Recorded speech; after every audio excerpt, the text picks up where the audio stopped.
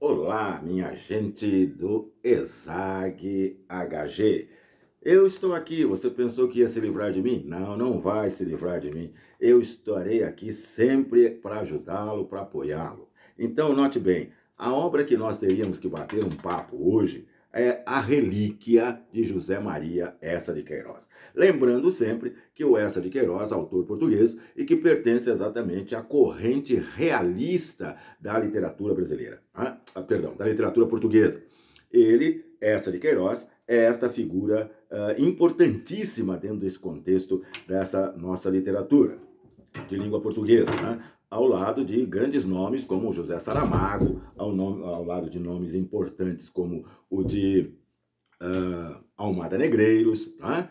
E Cesário Verde, que fazem parte dessa visão realista. Sempre lembrando para você que o realismo português é diferente do realismo brasileiro, que é uma sequência, digamos assim, não vou dizer uma cópia, mas uma sequência do romantismo, do realismo francês, que é dividido exatamente em duas partes importantes. Quais são as duas partes importantes? As duas partes importantes são realismo arte e naturalismo. Sendo que o realismo arte, dentro desse conjunto maior de época chamada realista, nós temos exatamente o chamado realismo arte, que é a análise psicológica consagrada na literatura brasileira por Joaquim Maria Machado de Assis, e temos também exatamente uma outra visão, um outro fato importante, que é o naturalismo no Brasil, representado exatamente por Aloysio Tancredo Gonçalves de Azevedo e a obra famosíssima que você conhece, que é O Cortiço.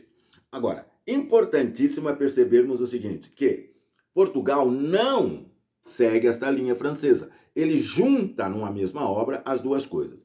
Essa de Queiroz, o grande Essa de Queiroz, né? Faz então personagens que são marcados exatamente dentro desse contexto. Ótimo. É assim que surge exatamente esse grande personagem chamado Raposão, né? Teodorico Raposo. Observando sempre uma coisa importante, anota aí no seu cadernículo, exatamente que você tem Theos, Deus, dor, o que pratica Deus.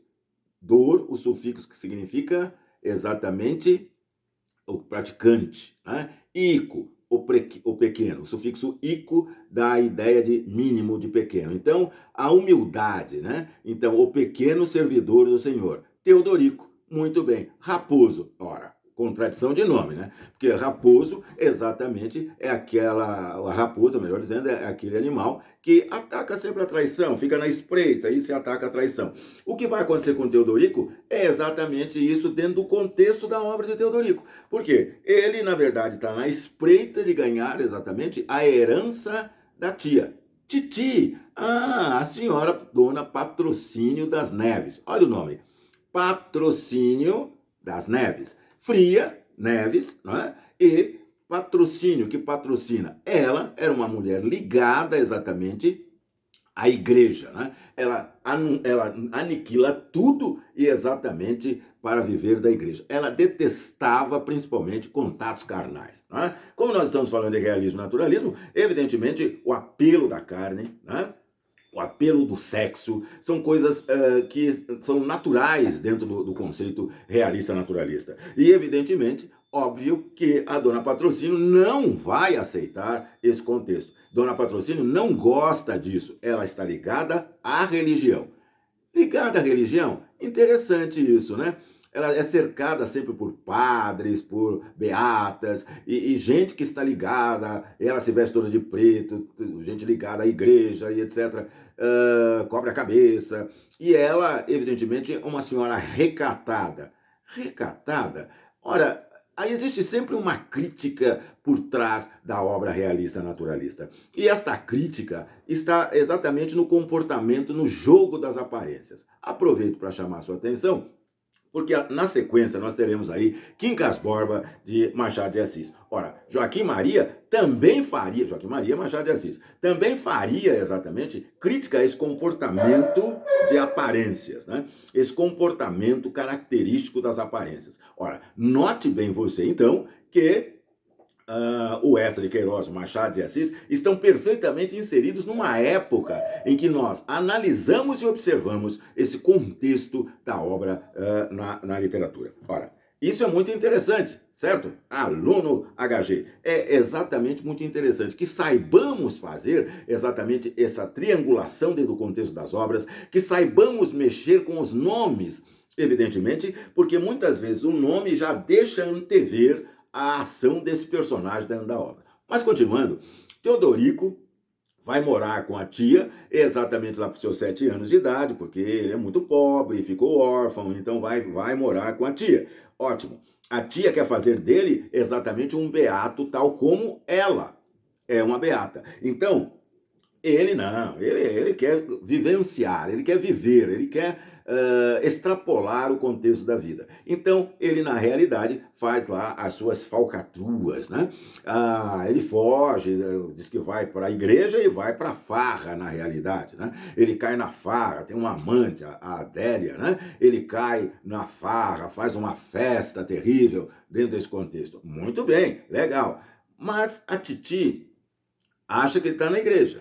E aí, ele quer maior liberdade, porque a Titi impõe regras para ele, a Titi põe ordem na vida dele, a Titi põe uma ordem religiosa na vida dele, ele tem que ir à igreja, e ele faz isso, evidentemente, para angariar a simpatia da tia. Não que ele goste desse negócio, não, mas ele faz isso para angariar. Então, note bem, ele vai fazer tudo isso, até que nessa viagem ele conhece uma mulher, e essa mulher, a Mary, ele vive problemas tórridos com ela, ele queria ir para Paris, mas ela não paga, ela paga uma viagem para a Palestina, para o Egito, bom, enfim, no caminho de Jesus Cristo. E aí, evidentemente, ele vai falcatruar para a Titi, tentar trazer uma relíquia religiosa para agradar a Titi, dizer que ele fez penitências, que ele ficou o tempo inteiro fazendo jejuns e etc. Papo furado, não fez nada disso. O que aconteceu com ele? Aconteceu exatamente que houve uma troca, né, porque a Mary teve uma troca, e essa troca, evidentemente, ela deixou a roupa dela, a camisola, que os dois viveram uma noite tórrida de amor, e evidentemente ele se confundiu com o que ele havia planejado, ou seja, uma coroa de Cristo. E aí a crítica do Eça a essa visão de cultuar relíquias, né? Relíquias que evidentemente são forjadas. E aí, evidentemente, todo o desenvolvimento, quando ele volta, a titia organiza toda uma festa para ele, e evidentemente essa festa vai furar, né? A festa fura, porque ele se confunde com o pacote e pega exatamente o pacote onde está a camisola da Mary, e lá na camisola, né, ela deixa um bilhete relembrando, né, a noite que foi sensacional, né? Eu não posso contar para vocês, mas a noite foi sensacional. Evidentemente, esse fato muito interessante vai fazer com que né, ele entregue para a Titi nada mais e nada menos do que exatamente aquele pacote, e ali está a camisola, né? E é um escândalo, a Titi fica nervosa, a Titi vai tirá-lo exatamente da herança. Mas tem um fato bastante interessante dentro desse contexto. E o fato interessante nesse contexto é que ele pensa, dentro de todas as suas falcatruas, ele pensa exatamente o seguinte: ora, eu poderia ter dito que essa era a camisola de Maria Madalena, né? Ou seja, além de tudo, ele tira com um toque de bom humor, né? Poderia dizer que era a camisola de Maria Madalena. Em tempos de Jesus, camisola de Maria Madalena seria exatamente um exagero. Concorda comigo? Mas isso exatamente ele pensa, né? Mas, findando, a herança vai exatamente para quem? A herança vai para um dos padres que aparece no final da obra, que é o padre Negrão. Não esqueça que a obra é ambientada no século XIX, né? A gente precisa saber aprender a ler as coisas. Exatamente, a obra é no século XIX, você analisa no século XIX, né, o contexto do século XIX. Aí você contextualiza com a época que você está vivendo. Portanto, quando ele diz que o padre é um padre negrão, ele está dizendo exatamente que é um padre que tem uma aura negra, uma aura escura. Contexto do século XIX. Não vem contextualizar no tempo de hoje essa ideia, ele é racista, não é nada disso.